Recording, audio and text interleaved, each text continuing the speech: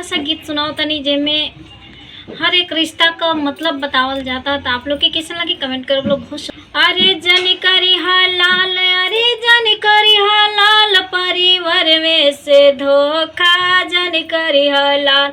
अरे जनी करी हलाल, अरे जनी करी हलाल, परिवार में से धोखा जनी करी हलाल।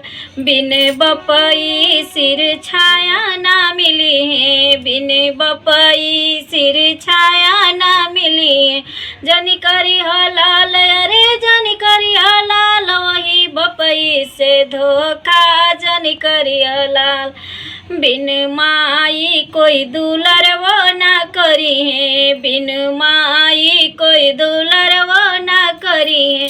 अरे जनी करी हलाल, अरे जनी करी हलाल, वही माई से धोखा जनी करी हलाल।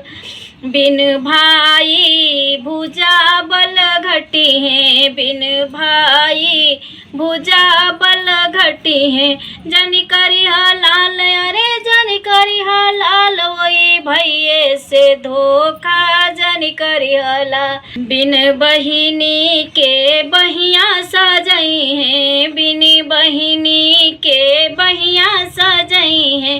जनी करी हलाल, अरे जनी करी हलाल, वही बहिनी से धोखा जनी करी हलाल, वही बहिनी से धोखा जनी करी हलाल।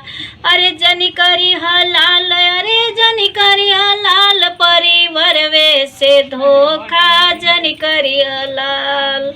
बढ़िया।